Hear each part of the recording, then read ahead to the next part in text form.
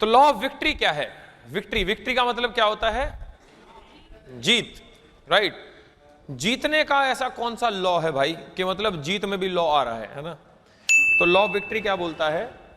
Law of victory बोलता है leaders find a way for the team to win. Leader जो होता है वो तरीका खोज ही लेता है जीतने का। तो जो लीडर होता है ना सर, वो जीतने का तरीका खोज ही लेता है। जैसे कि फॉर एन एग्जांपल, अभी आप लोगों ने अपनी टीम में जैसे कि निकाला कि सर मैं 4 LOB अचीवर तो जरूर से जरूर निकालूंगा। दिख रहा है कि 20-22 तारीख तक 2 हो रहे हैं। तो ऐसा नहीं है कि जो हो रहा है उसी को एक्सेप्ट कर ले वो लीडर है। लीडर हमेशा जो टारगेट लिया है, कुछ ना कुछ जुगाड़बंदी करके, जुगलबंदी करके, उतना जो बोला है वो उतना जीतने का तरीका खोज के ही निकालता है, उसको बोलते हैं लीडर। बाकी जो लोग होते हैं वो क्या करते हैं? नॉर्मल लोग, फॉलोवर लोग क्या करते हैं?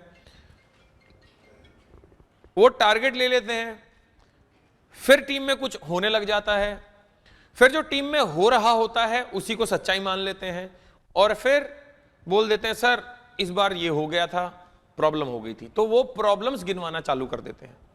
बट जो लीडर होता है कुछ ना कुछ करके, कुछ ना कुछ जुगाड़बाजी करके वो जीत लेता है। जैसे कि ये लाइन सबसे ज्यादा इंपॉर्टेंट है। जो विक्टोरियस लीडर्स होते हैं ना, जो जीतने वाले लीडर होते हैं, वो क्या होते हैं? वो फील करते हैं the alternative to winning is totally unacceptable.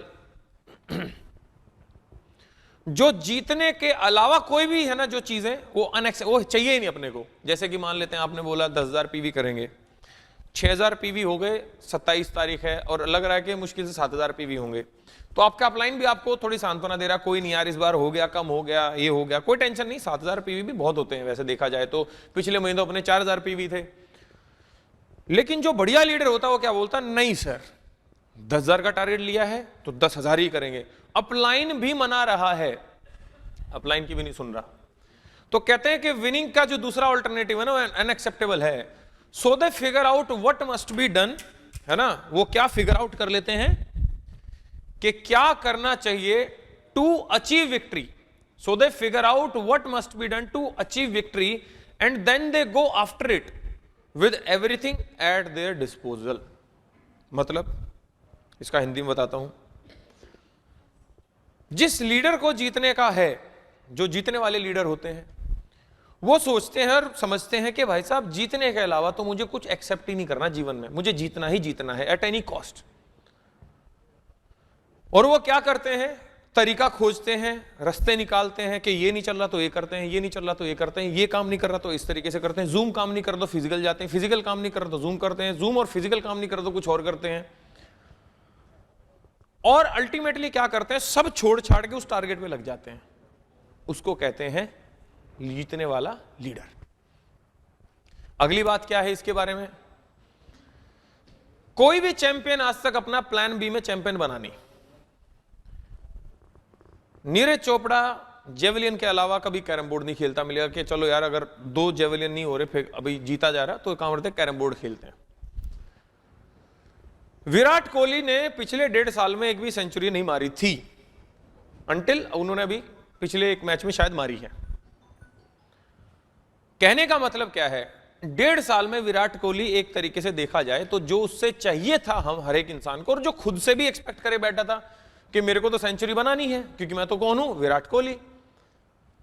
तो उसने ये नहीं करा कि चलो एक काम करते हैं यार, अगर हमारा क्रिकेट से कुछ हो नहीं रहा तो एक काम करते हैं, कोई दूसरा काम धंधा चालू करते हैं। क्या विराट कोहली किसी दूसरे गेम में गया? आपने कोई फोटो देखा उसके इंस्टा पे कि वो भाई साहब क्रिकेट छोड़ के कैरम बोर्ड खेल रहा है, चेस खेल रहा है, गोल्फ खेल रहा है, टेबल टेनिस खेल रहा है, लॉन टेनिस खेल रहा है? कुछ और देखा आपने उसको कहीं पे? दारू का फोटो डाल रहा है कि चलो आज पार्टी करते हैं, लेट्स पार्टी ऑल नाइट। 1.5 साल देखा जाए तो उसकी सेंचुरी नहीं हुई। लेकिन 1.5 साल में क्या वो दूसरे काम में लगा? सचिन तेंदुलकर की जिंदगी का एक ऐसा दौर आया जब वो नर्वस 90s का शिकार हुआ। नर्वस 90s मतलब, इसको एक क्रिकेट की भाषा में नर्वस 90s किसको बोलते हैं? जब एक क्रिकेट प्लेयर 90 के रन के पार जाके वो आउट हो जाता है। तो सचिन तेंदुलकर की जिंदगी में एक ऐसा टाइम हुआ कि वो 9 से 10 बार नर्वस 90s का शिकार हुआ और 100 बन ही नहीं रहे उससे। तो जब वो 1-1.5 साल इस प्रक्रिया में था तो क्या वो दूसरे काम में लग गया? तो दोस्त, अगर आप नेटवर्क मार्केटिंग को as a plan B treat करेंगे अपनी जिंदगी में, तो आप कभी भी वो महान लीडर नहीं बन पाएंगे। तो जितने भी लोग इस चीज को पार्ट टाइम में करते हैं, मैं उन लोगों को स्पेशली हिदायत देता हूं, पहले 2 साल आपकी जिंदगी के सबसे महत्वपूर्ण साल होते हैं नेटवर्क मार्केटिंग में।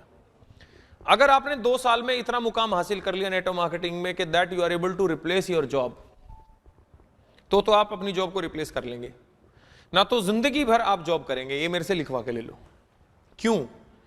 क्योंकि पहले 2 साल में ही अगर आपने जीत हासिल नहीं करी, रैंक हासिल नहीं करा, पे आउट नहीं बनाया, कोई अचीवमेंट हासिल नहीं करी, तो होगा क्या कि आप 2 नाव में सवार हो और थोड़े टाइम बाद आप अपनी जॉब को गोली नहीं दे सकते। जैसे कि स्टार्टिंग में 1 साल तक 2 साल तक आदमी गोली चला सकता है अपनी जॉब में, लेकिन 2 साल के बाद बॉस भी समझ जाएगा कि साला नेटवर्क मार्केटिंग कर रहा है और क्लियर बोल देगा आपको कि भाई साहब या तो तू ये कर ले या ये कर ले। तो 2 साल के अंदर अंदर आपको अपनी टीम, अपनी अचीवमेंट इतनी बनानी ही पड़ेगी कि आप जिंदगी भर कभी भी जॉब की तरफ मुंह ना करो। ये मैं स्पेशली उन लोगों को कह रहा हूं जो पार्ट टाइम में इस बिजनेस को कर रहे हैं, क्योंकि अगर आप इसको प्लान भी रखते हो नेटवर्क मार्केटिंग को, तो चैंपियन नहीं बनोगे कभी इस बिजनेस में। कभी जीवन में 3 शब्द कभी भी ना बोले, I will try my level best, मैं अपने सर पूरा बेस्ट दूंगा। दूसरा, सर लेट्स बी प्रैक्टिकल, थोड़ा क्या है, लेट्स बी प्रैक्टिकल। और तीसरा क्या है, लेट्स बी रियलिस्टिक। क्या है तीसरा? Let's be realistic. मान लेते हैं कि आपका पिछले महीने पीवी है 1,500, आपका अपलाइन कह रहा है भाई एलओ भी करना इस महीने, कुछ भी करके मैं तेरे साथ खड़ा हूं सर देखो I will try my level best, पूरा बेस्ट दूंगा सर अपना मैं। लेकिन सर एकदम से थोड़ा सा प्रैक्टिकल तो सोचो ना सर, मतलब ऐसे एकदम से सर 1,500 पीवी का कैसे 7,500 पीवी हो जाएगा? थोड़ा सा तो प्रैक्टिकल सोचो सर, अभी इतने महीनों से नहीं हुआ तो अभी कैसे हो जाएगा? 25 तारीख के बाद में एकदम से कोई अपलाइन बोलता है कि तू भाई साहब अपना 5,000 पीवी निकाल सकता है। सर 25 दिन तक तो निकला नहीं, अगले 5 दिन में कैसे निकल जाएगा इतना पीवी? तो थोड़ा सा लेट्स बी थोड़ा सा practical sir. Thomas Alva Edison ने क्या बनाया? बल्ब बनाया।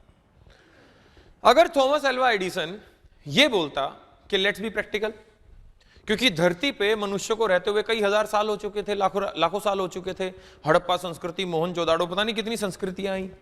लेकिन अगर थॉमस एल्वा एडिसन ये बोलता कि लेट्स बी प्रैक्टिकल ना यार, ऐसे कैसे मैं एकदम से बल्ब बना सकता हूं? बन ही नहीं सकता।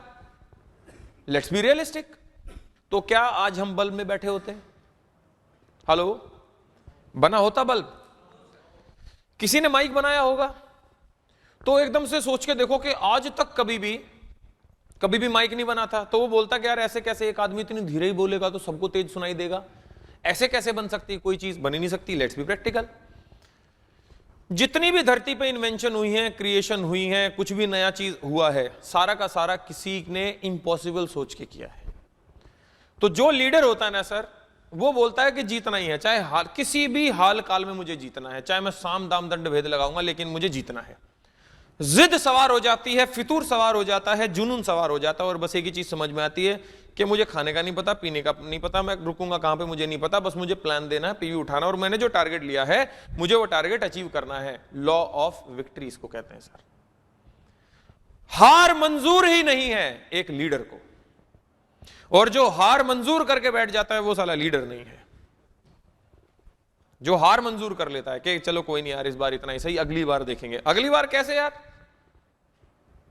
अगली बार नहीं हुआ तो अगले मंथ ऐसा कौन सा चमत्कार होता है? क्योंकि मुझे पता है 25-26 तारीख के बाद में बहुत सारे लोग तो अगले महीने की तैयारी करने लग जाते हैं, जिसमें उसको यह नहीं पता कि सेल्स की दुनिया में सबसे ज्यादा सेल 25 तारीख के बाद ही होती है। जितनी 25 दिन में सेल होती है, 25 तारीख के बाद उतनी सेल होती है, उसको यही नहीं पता।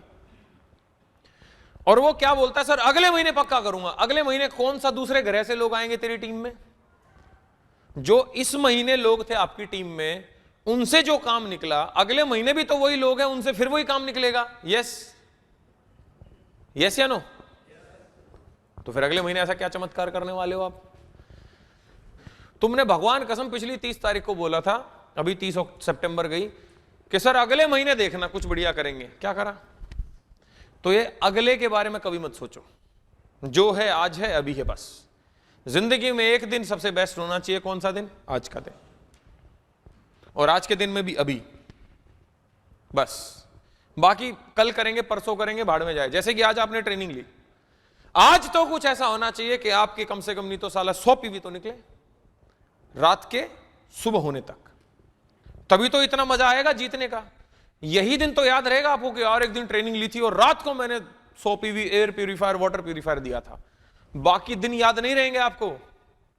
याद सिर्फ आपको वो रात रहेगी जिस रात में आपने कुछ अलग करने की सोची और किया।